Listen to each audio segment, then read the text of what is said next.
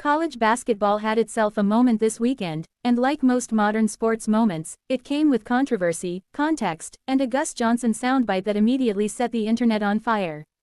After the Virginia Cavaliers knocked off the Ohio State Buckeyes in a tight matchup, Johnson dropped a line that went viral almost instantly. According to him, the difference between the two programs wasn't execution, coaching, or roster makeup, it was money.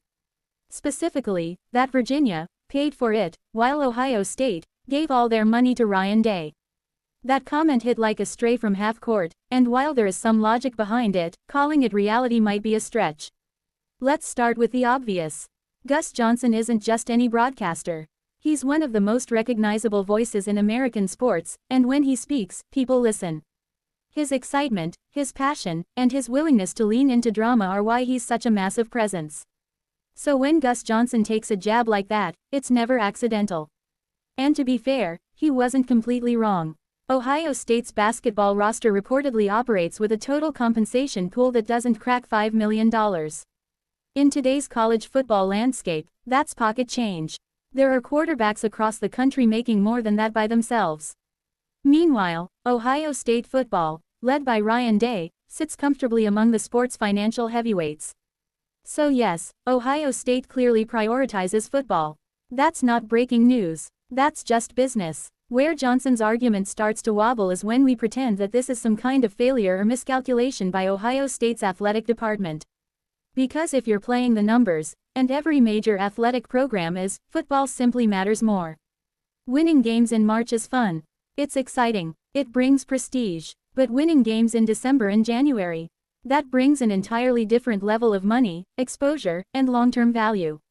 The NCAA tournament is massive, but the college football playoff exists in a completely different financial universe. The payout difference isn't close. The CFP brings in multiples of what a deep March run generates. Television contracts, sponsorships, donor engagement, all of it skews heavily toward football. Ohio State isn't ignoring basketball. They're just following the math. That's why the idea that Ohio State should suddenly shift resources because a one regular season loss doesn't hold water. The Buckeyes are doing exactly what a modern Power 4 program is designed to do: maximize revenue and relevance. Now, from Gus Johnson's perspective, this comment makes total sense. College basketball is fighting for oxygen in a sports ecosystem dominated by football, the NFL, and an increasingly year-round NBA cycle. Any chance to inject controversy, especially by looping in a brand like Ohio State football, is going to boost engagement. And Johnson knows that better than anyone. Mentioning Ohio State football instantly expands the audience. Mentioning Ryan Day turns it into a talking point. That's not an accident, that's showmanship. There's also a deeper reality about basketball itself that often gets ignored in these debates. College basketball is, by nature, short-term. Elite players can be one and done. Programs build and rebuild rosters every single year. That makes long-term financial investment far riskier than in football, where players are required to stay for multiple seasons. This isn't a new idea, either.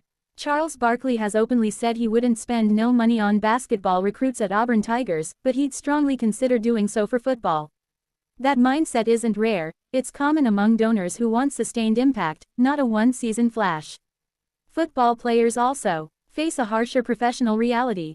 NBA careers are longer, contracts are fully guaranteed, and superstars can earn generational wealth. The NBA provides security that football simply doesn't. In contrast, the NFL is brutal. Careers are shorter, injuries are more severe, guaranteed money is far from universal. That's why college football players are seeing such aggressive nil deals. This is their most reliable earning window. College football also requires a minimum of 3 seasons before players can even enter the draft. That makes every year of eligibility incredibly valuable. From a financial standpoint, investing heavily in football players isn't just smart, it's logical.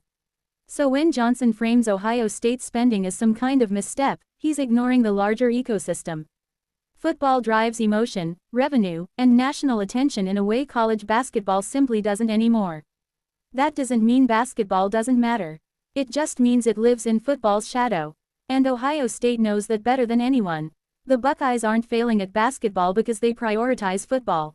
They're making a calculated decision based on market realities. One sport prints money, the other competes for relevance. The truth is, Gus Johnson's comment wasn't really about Ohio State at all. It was about selling college basketball. And from that perspective, it worked perfectly. People talked, people argued, people clicked, mission accomplished.